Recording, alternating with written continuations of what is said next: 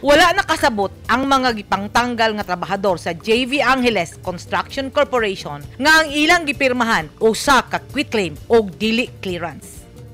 Nagpakitabang ang mga apektadong trabahante ug akong gibasa ang ilang papel nga gipirmahan nga giingon sa management nga clearance. Niadtong Sabado, sulagma nga among nakita ang mga empleyado daplin sa kalsada duol sa buhatan sa JV Construction Company sa Barangay Gumalang, Kalinan District ning Dakbayan sa Davao. Ug among naabtan ang mga empleyado nga naglinya nga daw wala kasabot sa ilang gibati samtang gibitbit ang usa ka papel.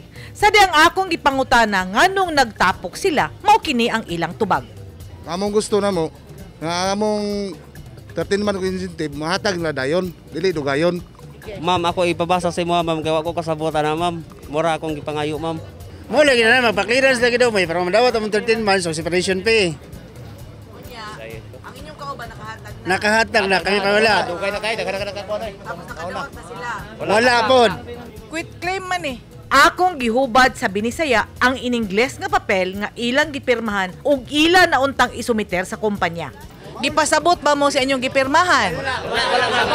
Scam style din la. Richuhatag ra kay. Kadali, nakasabot mo sa inyong gipirmahan? Wala. Quit claim o dili clearance ang gipapirmahan sa management sa mga empleyado. Aron mapaniguro namo nga quit claim o dili clearance, akong gipangutana ang ikaunom nga bar top notcher niadtong 1999 bar examinations nga si Attorney Randy Peter Siniza. Ug mao kani ang iyang tubag. Based on the statement on the lower left portion, it appears na it's a quit claim. Kung quit claim siya, dapat naka-indicate ang amount. Tapos, at the time sa receipt sa amount, muna dito ang dapat nga full payment sa employee. That's the time nila permahan. Simultaneous pag-turnover sa kwarta sa empleyado. Made known sila ang kwarta kung pila because based on that, kung clearance siya, wala mo po yung naka-indicate nga amount, the portion niya for the amount.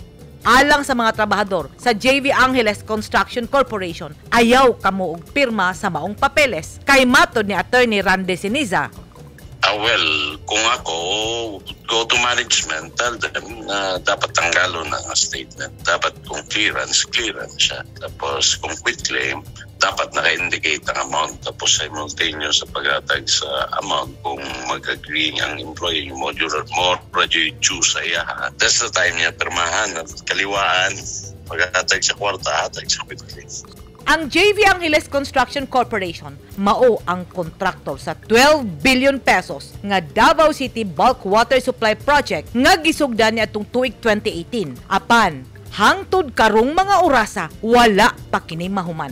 Samtang nagsige na usab og pamakak ang Davao City Water District nga kuno problema sa pressure ang hinungdan nganong daghang lugar sa dakbayan sa Davao ang walay tubig. Nasayran sa Newsline nga dugay nang nagproblema ang kontraktor nga mawhinungdan nga nadilatar ang proyekto ug dako na kining nakuha sa aqua infrastruktura ug daghan pa kinig wala na bayran nga mga subcontractor. Sa dihang akong nakita ng usa ka empleyado nga ana sa Human Resource Department sa JV Angeles Construction Corporation. Iyang giingon kanako nga clearance lang ang gipirmahan sa mga trabahador kay kuno ang uban kanila dunay na isyuhan og mga gamit sama sa pala, piko ug uban pa.